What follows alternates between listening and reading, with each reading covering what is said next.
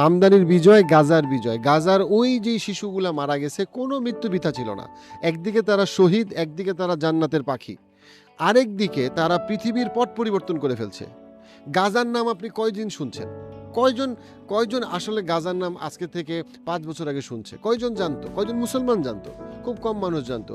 কিন্তু গাজার ওই গণহত্যা পৃথিবীর সবচেয়ে গুরুত্বপূর্ণ বাণিজ্যিক সিটির মেয়র পরিবর্তন করে ফেলছে। আজকে থেকে মাত্র ৫ বছর আগে, গাজার আগে কেউ যদি বলতো যে নিউ ইয়র্কের মেয়র হবে একটা মুসলমান, মানুষজন হাসাহাসি করতো।